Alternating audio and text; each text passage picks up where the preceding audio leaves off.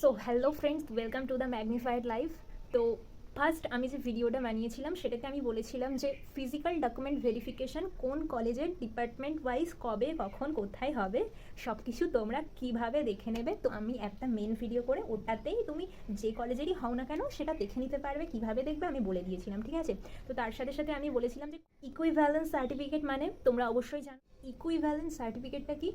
Equivalence সার্টিফিকেটটা হলো তোমরা ধরো যদি কেউ বিদেশে মানে বাইরের রাজ্যে কিন্তু নয়, বিদেশে যদি কেউ বিদেশে পড়াশুনো করতো, সে এখন ওয়েস্ট বেঙ্গলে এসে কলকাতা ইউনিভার্সিটির আন্ডারে আশুতোষ কলেজে অ্যাডমিশন নিতে চাইছে, তো তখন তাকে ওই ইকুইভ্যালেন্স সার্টিফিকেট বলে একটা সার্টিফিকেট হয়, সেই সার্টিফিকেটটা কিন্তু ফিজিক্যাল ভেরিফিকেশনের সময় দরকার হবে।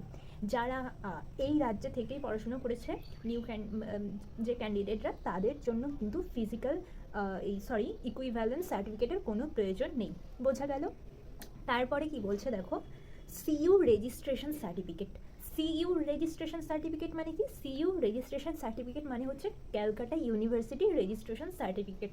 এর মানে হচ্ছে ধরো তুমি আগে ক্যালকাটা ইউনিভার্সিটির আন্ডারেই পড়াশুনো করতে, এখন তুমি ক্যালকাটা ইউনিভার্সিটির আন্ডারেই অন্য কোনো কোর্সে বা অন্য বিষয় নিয়ে তুমি এখন মানে আশুতোষ কলেজে আবার পড়াশুনো করতে চাইছো ক্যালকাটা ইউনিভার্সিটির আন্ডারে, ঠিক আছে।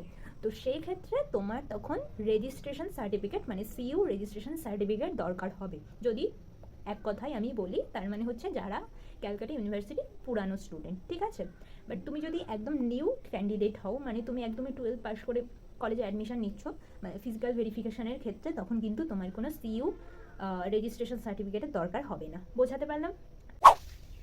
তো আজকের ভিডিওটা এই অবধি, দেখা হচ্ছে পরের ভিডিওতে। ভিডিওটা যদি ভালো লাগে সবাই please like share and subscribe করে দেবে। তো টাটা।